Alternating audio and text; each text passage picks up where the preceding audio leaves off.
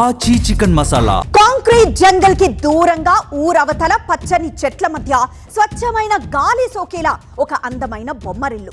అందులో మా కుటుంబం. సగటు నగరవాసికి అదొక అందమైన ఊహ. కానీ గతంలో ఇటువంటి farm house dreams only ultra rich people కే పరిమితం.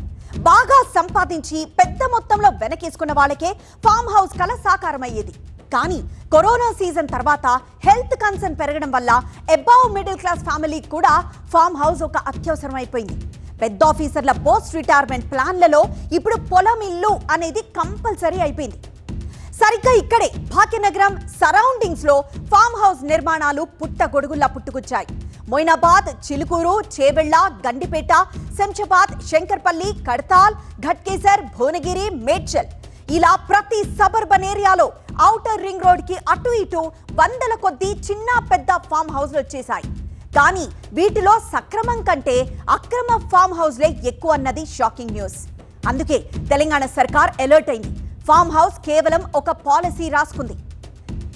ఇకపై conversion, bio conversion, commercial, industrial ఏ జోన్లో అయినా ఫామ్ హౌస్లు కట్టుకోవచ్చు. కాకపోతే సర్కారీ కండిషన్లకు లోబడి.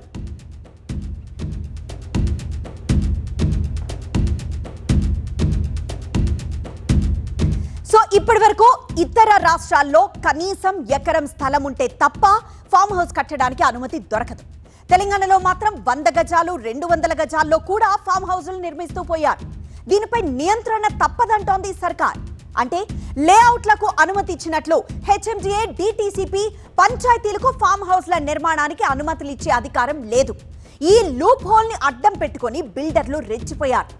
గజాల చొప్పున కాకుండా గుంటల లెక్కన రిజిస్ట్రేషన్ చేయించి మీ పొలం, మీ ఇల్లు, మీ ఇష్టం అనేసారు బిల్డర్లు. మొక్కలు, పండ్లు, కూరగాయలు పెంచాల్సిన చోట వీకెండ్ లో గడప దాటడానికి క్లబ్ హౌస్లను నిర్మిస్తున్నారు. ఇలాంటి కమర్షియల్ ఫామ్ హౌస్ ప్లాట్లన్నీ చట్ట ప్రకారం వ్యవసాయ భూములే. ఇక బిల్డింగ్ లేఅవుట్ల నిబంధనల ప్రకారం కన్వర్షన్, బయో కన్వర్షన్ జోన్లలో ఎటువంటి నిర్మాణాలకు అనుమతి లేదు. ఇక నిర్మాణం ఏదైనా భూ వినియోగ మార్పిడి సర్టిఫికేట్ తప్పనిసరి. ఏదైనా వ్యవసాయ భూమిని నివాసయోగ్యంగా బదలాయించే క్రమంలో ప్రభుత్వానికి పన్ను కట్టాలి. కానీ ఇటువంటి పన్ను రాబడికి గండి కొట్టేస్తున్నారు బిల్డర్లు. అందుకే మీ పప్పులు మా దగ్గర ఉడకవు అంటున్నారు. ఫామ్ హౌస్ నిర్మాణాల కోసం ప్రత్యేకించి రూల్ బుక్ క్రియేట్ చేసింది తెలంగాణ ప్రభుత్వం. ఇక కొత్తగా అమల్లోకి రానున్న పాలసీ ప్రకారం ఫామ్ హౌస్ నిర్మించాలంటే కనిష్టంగా 1200 చదరపు గజాల స్థలం ఉండాలి. దారి కోసం 30 అడుగుల వెడల్పున్న రోడ్డు తప్పనిసరి. మొత్తం స్థలంలో 20% మాత్రమే కాంక్రీట్ నిర్మాణానికి అనుమతిస్తారు. 1200 గజాల ప్లాట్ లో కేవలం 240 గజాల G+1 నిర్మాణానికి పర్మిషన్ ఉంటుంది. భవనం ఎత్తు కూడా 6 మీటర్లకు మించకూడదు. ఇక మిగతా స్థలంలో వ్యవసాయం మాత్రమే చేయాలి. మొక్కలు, పండ్లు, కూరగాయలు లాంటి తోటలు పెంచుకోవాలి. సో ఇకపై బిల్డర్లు ఇష్టారీతిన ఫామ్ హౌస్ నిర్మాణాలు చేపట్టే ఛాన్స్ లేదు. ఒకవేళ కట్టుకున్నా దాని నిర్వహణపై ప్రభుత్వం ఒక కన్నేసి ఉంచుతుంది. రూల్స్ ని తుంగలోకి తొక్కితే యాక్షన్ తీసుకునే అవకాశం ఉంది. మహారాష్ట్ర, పంజాబ్, హర్యానాల్లో అమలవుతున్న ఫామ్ హౌస్ పాలసీలను పూర్తిగా అధ్యయనం చేశాక ఇలా నిర్ణయించింది తెలంగాణ సర్కార్.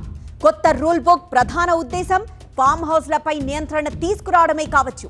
రెండో ఉద్దేశం land conversion, building construction, development పేరు మీద పన్ను వసూళ్లతో సర్కారీ ఖజానా బలపడ్డం.